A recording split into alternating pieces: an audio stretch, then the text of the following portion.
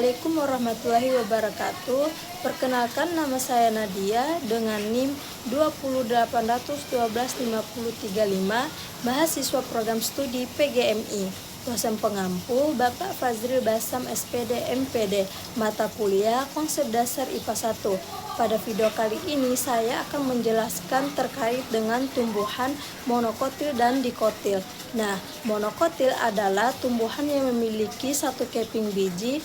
Tumbuhan monokotil membuat makanan sendiri melalui fotosintesis dengan bantuan sinar matahari, air, karbon dioksida, dan klorofil. Akar serabut membantu menyerap air dan zat hara dari tanah. Yang kedua yaitu dikotil. Dikotil adalah tumbuhan yang memiliki dua keping biji, sama seperti monokotil. Tumbuhan dikotil memiliki fotosintesis untuk menghasilkan makanan sendiri. Akar tunggang yang kuat membantu menyerap air dari lapisan tanah yang lebih dalam. Adapun contoh tumbuhan monokotil yang pertama yaitu pisang. Ciri-cirinya memiliki satu keping biji, akar serabut, tulang daun sejajar, batang semut, dan tidak berkayu. Cara hidupnya, pisang tumbuh di daerah tropis yang sangat hangat dan lembab. Tumbuhan ini memerlukan sinar matahari, air, unsur hara dari tanah, dan karbon dioksida untuk fotosintesis. Pisang berkembang biak melalui tunas yang tumbuh sekitar induknya. Manfaatnya, buah sebagai sumber energi dan vitamin, daun untuk membungkus makanan, jantung pisang dapat dijadikan sayuran. Nah, pisang adalah tumbuhan monokotil yang mudah tumbuh di daerah tropis dan memiliki banyak manfaat bagi manusia. Yang kedua yaitu padi. Ciri-cirinya biji berkeping satu, akar serabut, daun bertulang sejajar, batang beruas-ruas. Cara hidupnya padi tumbuh baik di lahan yang cukup air dan sinar matahari. Padi melakukan fotosintesis untuk menghasilkan makanan dan berkembang biak melalui biji. Manfaatnya menghasilkan beras sebagai makanan pokok, jerami dapat digunakan sebagai pakan ternak. Padi merupakan tumbuhan monokotil yang sangat penting karena menjadi sumber makanan utama bagi masyarakat. Yang ketiga yaitu kelapa. Ciri-cirinya biji berkeping satu, akar serabut, batang tegak tidak bercabang, daun menyirip panjang. Cara hidupnya kelapa tumbuh di daerah pantai maupun dataran rendah yang panas. Kelapa memanfaatkan sinar matahari dan air untuk fotosintesis. Manfaat dari kelapa, air dan daging buah dapat dikonsumsi. Sabut dan tempurung dimanfaatkan untuk berbagai kerajinan. Daun digunakan untuk anyaman. Nah, kelapa dikenal sebagai tumbuhan berguna karena hampir seluruh bagian dapat dimanfaatkan. Yang keempat yaitu bambu. Ciri-ciri biji berkeping satu, akar serabut, batang beruas dan berongga, daun sejajar. Cara hidupnya bambu yaitu bambu tumbuh berumpun dan berkembang biak dengan tunas dari rimpang di dalam tanah. Bambu dapat tumbuh cepat pada tanah yang cukup air. Manfaat dari bambu, bahan bangunan, kerajinan tanah, perabot rumah tangga.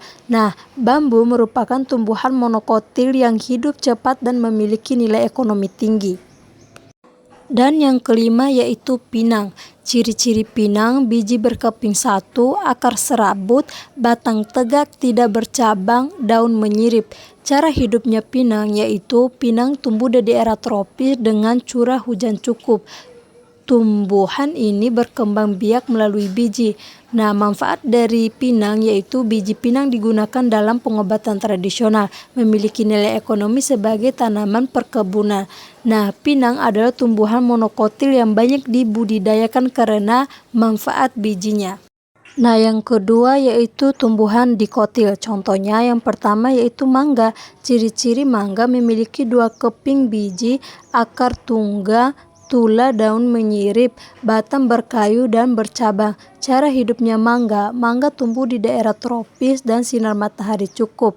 Akar tunggangnya membantu menyerap air dan menopang pohon yang besar. Manfaat dari mangga yaitu buah kaya vitamin, pohon sebagai peneduh.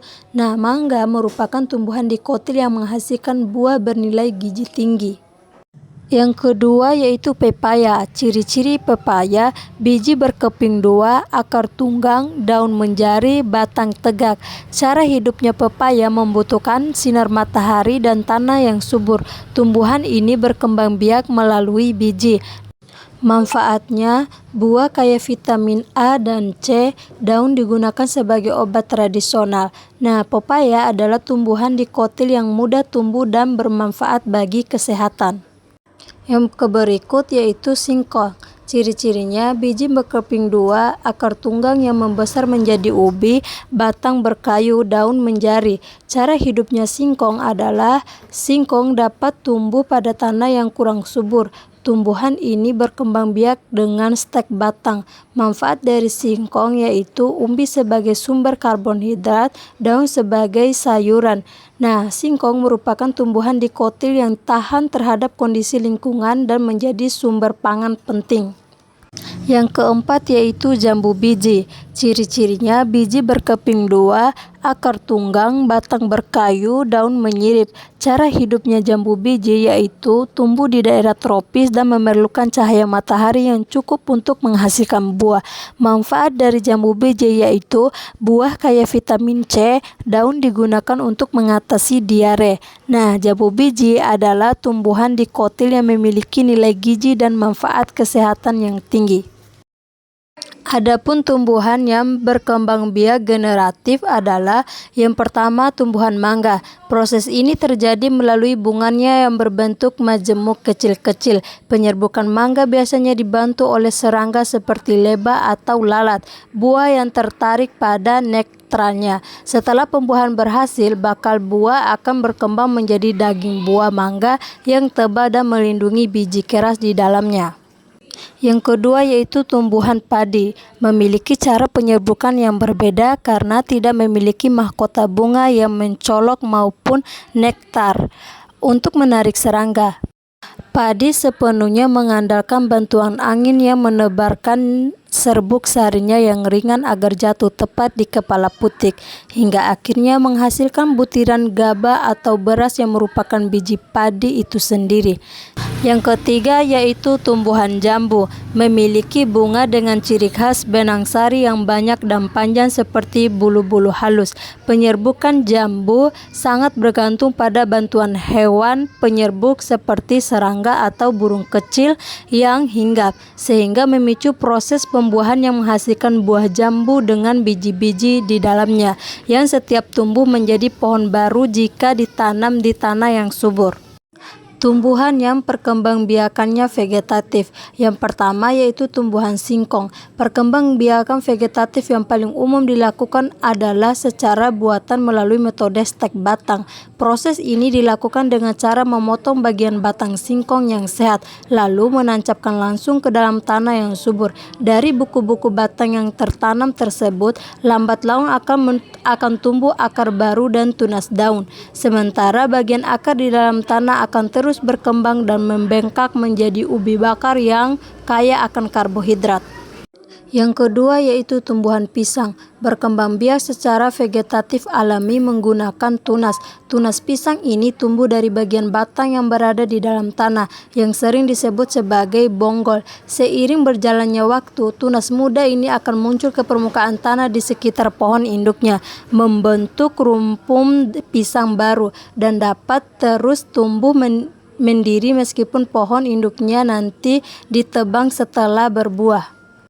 Yang ketiga yaitu tumbuhan bambu. Tumbuhan bambu juga berkembang biak secara vegetatif alami menggunakan tunas. Namun tunas bambu ini tumbuh secara khusus dari bagian akar rimpang yang menjalar di bawah permukaan tanah. Tunas muda bambu yang baru muncul ke permukaan tanah ini dikenal dengan sebutan rubung. Rubung yang terstruktur lunak ini akan terus tumbuh memanjang ke atas, membentuk sekat-sekat batang yang keras, hingga akhirnya menjadi pohon bambu yang baru yang kokoh dan membentuk rumpun bersama induknya.